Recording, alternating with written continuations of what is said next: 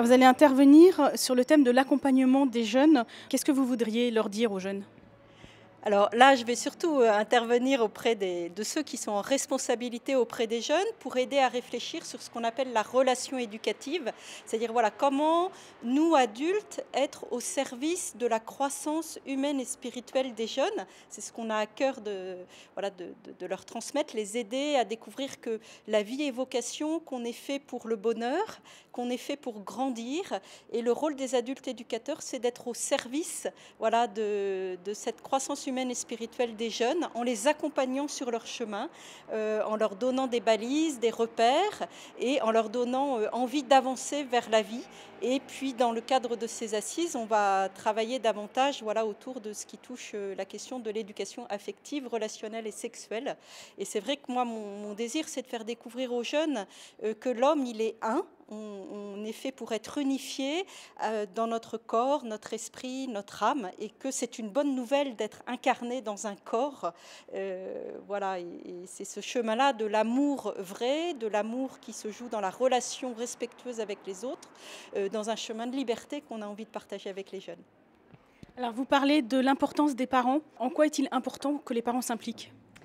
Les parents, c'est les premiers éducateurs des jeunes, avec ce lien très particulier qui est le lien de filiation.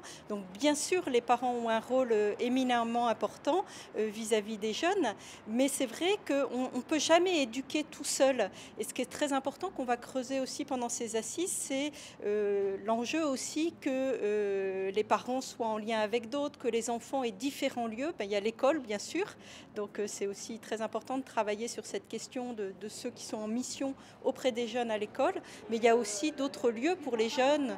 On pense au mouvement, aux aumôneries, aux activités, le sport, la musique. Voilà, c'est à travers tout ça aussi que le jeune grandit.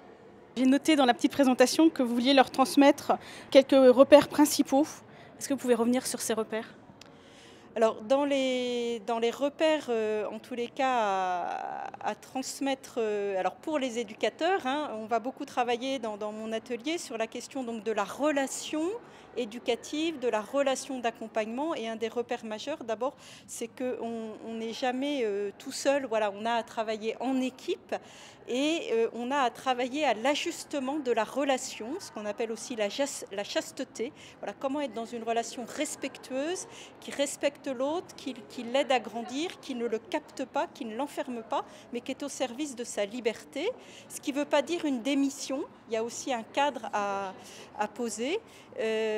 Donc un des repères, c'est de trouver les moyens justement pour parler, pour nommer ce qu'on vit dans la relation avec les jeunes et s'ajuster dans la relation, c'est jamais fini. Après, ce qu'on a à transmettre aux jeunes sur ces questions de la relation et de l'amour, c'est de faire découvrir aux jeunes ce qu'est la relation vraie dans l'amitié, dans l'amour, de quoi elle est faite, de responsabilité, de respect, de liberté, de don de soi, d'accueil de l'autre. Voilà, c'est aussi ça qu'on veut partager.